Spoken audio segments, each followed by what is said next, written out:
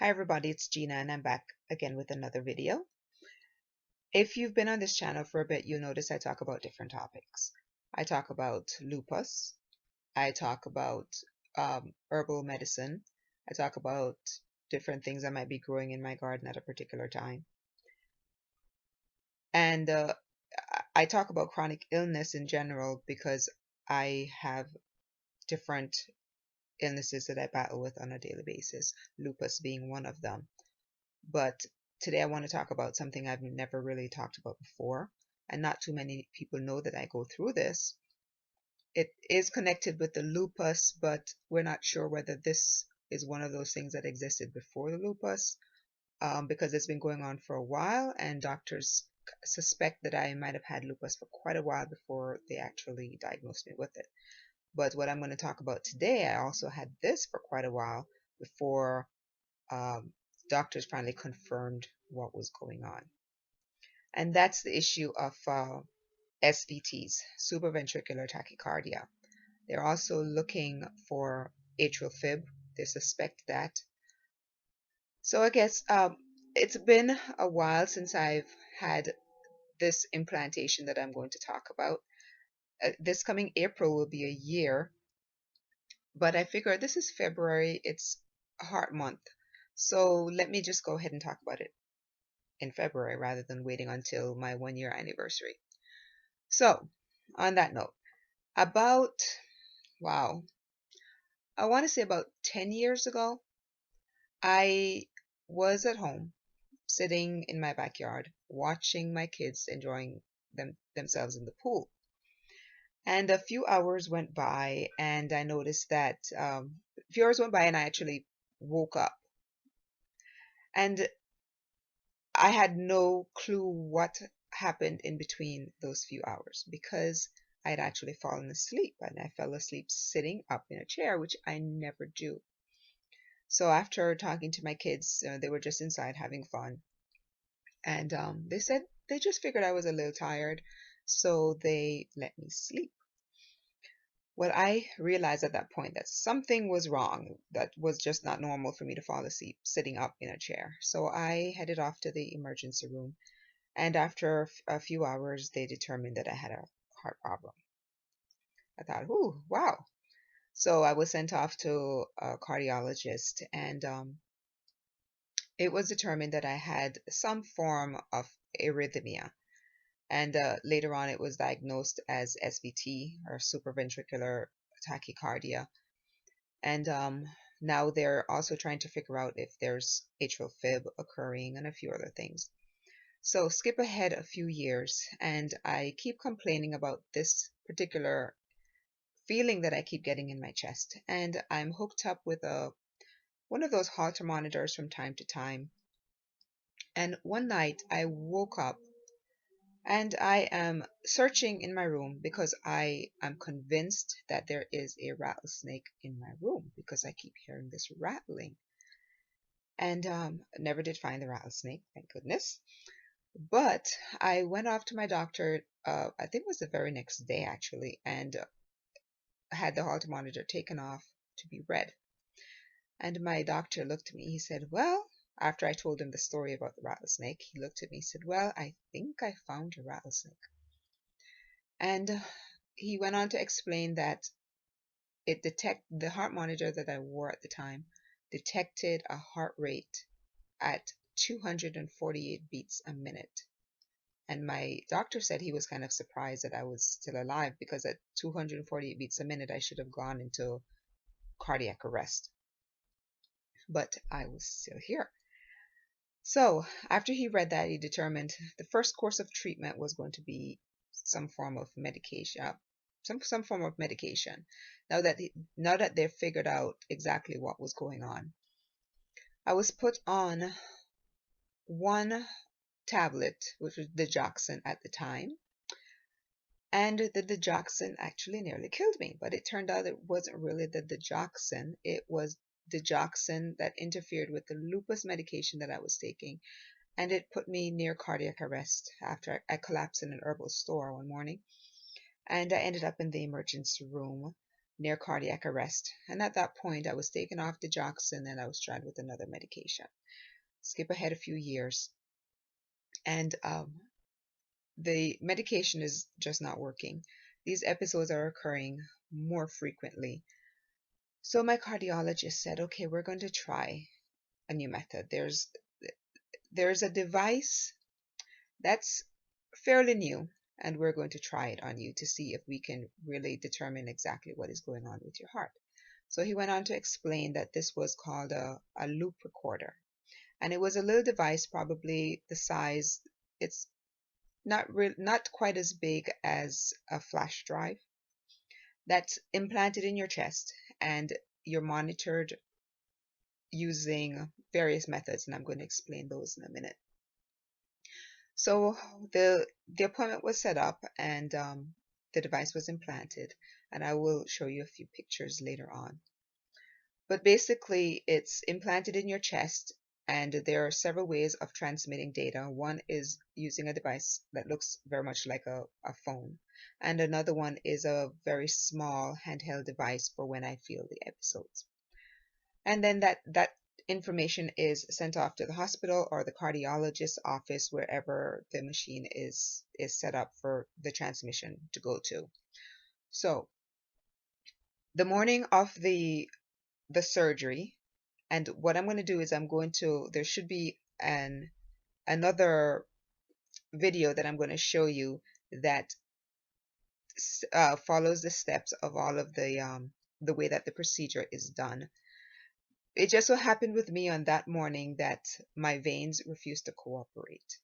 So instead of having an IV, I had to do it just using local anesthetic, and it was the most unpleasant experience. So I'm going to stop the video here, and I'm going to show you another video that lines out the steps of the procedure, and then I'm going to come in and show you what happens after. Now that I've got the device implanted in my chest, I'm going to show you what happens after that.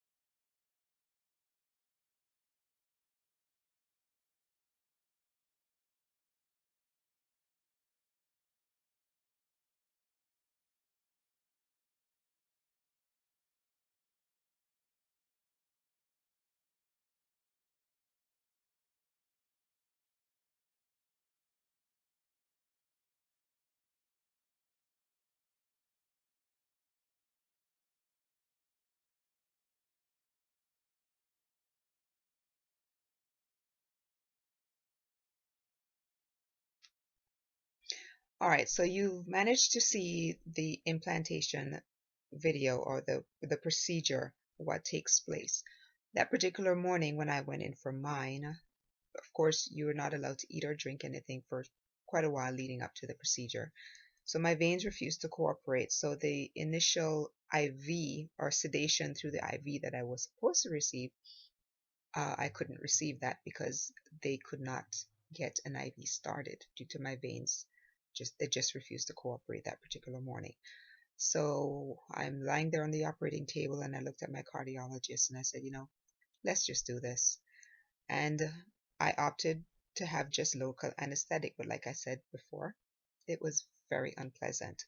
I felt the anesthetic go in, I felt the burn, I felt the slice, I felt the device being inserted. I felt it all. Now, that wouldn't happen normally. It was just because I was completely awake from my procedure. Now, the procedure is done. The device is in my chest.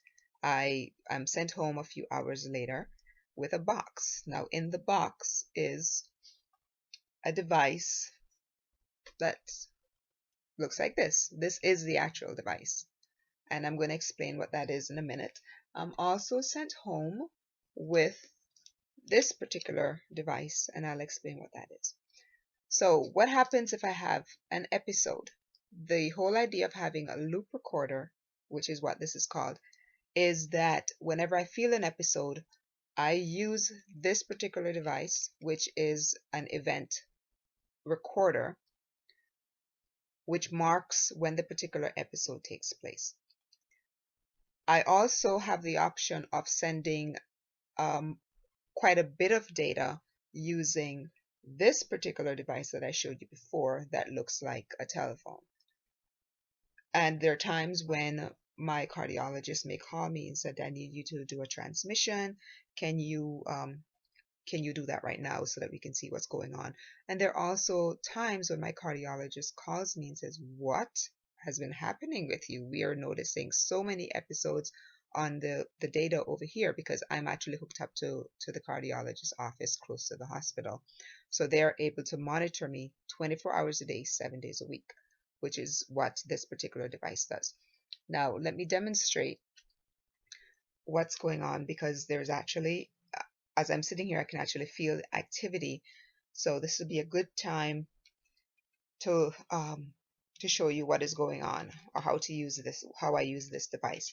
Now, the device is actually implanted um, on right inside of the left breast, just to the left above the heart, and I can feel it. It's in there. You can't really see it unless I kind of poke around and you see the little device kind of sticking up. It looks, like I said, like a flash drive. What I'm going to do is just demonstrate to you how this works. So what I do is I press this button and you notice it starts to flash blue. And I take it and I place it just over, let me lift this up so you can see, just over where the device is, and it just turned green because it searched for the device, recorded what happened, and then it flashed green to say, okay, we got this. So now that that part is done, the transmission at the cardiologist's office will show that mark and said, okay, that particular time she felt that. So now what happens when I use the this machine? Say my cardiologist calls me and says, okay, Gina, I need you to do a transmission. So what happens then is I would lift off this device. Notice it's now blue at the top, and then it's placed right over where my device is. I press the button, there's an arrow, so I will press that button and it tells me to lift up the equipment, and I will then place it over where the device is. And what it's going to do is just going to search, and you'll see right now it has a blue button, but on the actual machine here there is, let me get that set up so you can see, There is a line at the bottom, not sure if you can see it, where it's feeding. And you can see that green line just going across because it is now transmitting the data from the device in my chest over to the hospital or over to the cardiologist's office. And he just happens to be right there by the hospital. So as soon as that is finished uploading, then it will click, you'll hear the beep and it will give me a check mark saying that everything has been sent off successfully. And my cardiologist will read that and he'll give me a call back if he sees anything that really needs some attention right away. Normally, that's not the case. If it's really bad, he will give me a call as soon as he sees it. But a lot of the times, it's just to keep a check of all of the activity that my heart is doing. Sometimes, oh, okay, well, what exactly does an episode feel like? Um, Sometimes they they literally take your breath away. Tachycardia it's a type of arrhythmia, and what happens is my heart beats too fast. Most people have a heart rate of, 65, 70, unless you're exercising and then it goes up. I don't know if you heard that beep. That was a beep that just basically told me, okay, the transmission is complete. Now I need to take the device and place it back on here. And now it is sending everything over to my cardiologist. How does that work? It works through a cell phone tower. So as long as I'm close to a cell phone tower, I can send a transmission. If I have to go out of state or some other place, I simply take this, unplug it, plug it in as soon as I get there. It searches for a cell tower and then it sends a transmission as soon as it's plugged back in. Um, what's next for me? Okay, so this particular device has recorded probably a few hundred episodes since I've had it in April. Like I said, April will be a year. And at my last visit, the cardiologist determined that the next step was going to be something called an ablation or cardiac ablation. Now that they've determined where the problem is in the heart, what they're going to do is go in through an incision in the groin, through the artery up to the heart, and basically burn the section of the heart that is giving the problem. At the same time, they're also considering putting in a pacemaker. At that time, I'm not sure if they're going to be taking out the loop recorder or not. It might stay in up to, it can stay in for another 2 years. The battery will last for another 2 years, but I'm not sure if at the time that they will take out the loop recorder, if they put the pacemaker in, or will they leave the loop recorder in for an extended period of time. I will find that out once the surgery takes place, or as we get closer to the surgery date, which is I have my next meeting with the cardiologist in April, and at that point we'll sit down and we'll talk about the ablation procedure and the possible pacemaker, as well as what will happen if the ablation doesn't work, that sort of thing. Because from what I understand, there are people who have had the ablation procedure done twice because the first time it didn't work. But are the episodes scary? Sometimes, because like I said, sometimes they basically take your breath away because they're so hard, and the heart beats so fast inside of my chest that it takes a while before I can actually catch my breath. And this week has been one of those times that was really rough. And that's another reason why I decided, let me go ahead and do the video, because I think it's not only because it's Heart Month, but because of all of the episodes I've had this week. I thought, well, this would be a good time for me to talk about this. So I'm not sure how many of you out there have ever had the loop recorder monitor implant, or if you had an ablation procedure, or what. Now that just basically kind of I don't know if you heard the beep. It gave me the check mark to say that everything's good. All of the everything's good, in that the transmission has been sent over to the hospital and they'll be able to read it. And now that just basically goes back to the previous setting, and I just wait. But in the meantime, I keep using the event monitor or the event recorder if I feel an episode. And after, if the heart is really busy on any particular time, then I go again, send the transmission over, and the cardiologist will either call me or one of the nurses will call me whenever they've determined that I really need to get in there. So, like I said, this is just one of the issues that I deal with, and we're not sure whether lupus is causing this or not, because lupus, like I said, is one of the other illnesses that I deal with. The cardiac issue has been occurring for quite some time. It's about 10 years since I was first diagnosed with it. And hopefully this ablation procedure that's coming up will solve the problem. I am praying hard that it does. I the the challenge with having a loop recorder in your chest is that it kind of limits you as to where you can move to, because at this point I'm really kind of, literally hooked to my cardiologist's office here, in my where I'm currently living. And so if I'm able to have it removed soon, then I'll be able to move from here to whatever other city that I choose to live in. But at the time, I'm here. I wouldn't say I'm stuck because I like where I am at the moment. But it will the ablation will hopefully be a resolution to this problem, and if not, then we'll see what happens from there. In the meantime, thanks for watching the video, and if you have any questions, go ahead and post them below, and I will answer them as best as I can. If you have had a loop recorder, what's your experience with it? If you've had an ablation, which is what my next step is going to be, what was that like? Kind of give me a heads up, warning, any helpful advice. I will see you again soon, and thank you for watching. And if you like this video, go ahead and give me a thumbs up. If you have questions, like I said, don't forget to post your comments or your questions below. And I will look forward to seeing you again on my next video.